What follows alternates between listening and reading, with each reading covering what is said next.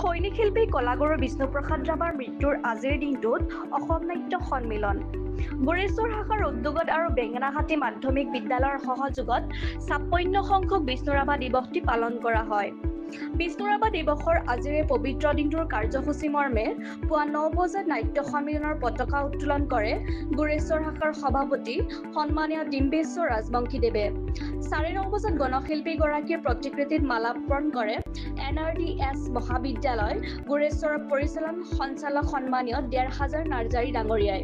এই কাৰ্যসূচীত গোৰেশ্বৰ শাখাৰ সন্মানীয় সম্পাদক সোণাৰাম ৰাজবংশীৰ লগতে শাখাৰ কেইবাগৰাকীও বিষয়ববীয়া আৰু বেঙেনাহাটী মাধ্যমিক বিদ্যালয়ৰ প্ৰধান শিক্ষক শ্ৰদ্ধাৰ ধৰ্মেশ্বৰ ডেকা লগত শিক্ষক-শিক্ষয়িত্ৰীৰ লগতে মৰমৰ ছাত্ৰ-ছাত্ৰীসকলে অংশগ্ৰহণ কৰে।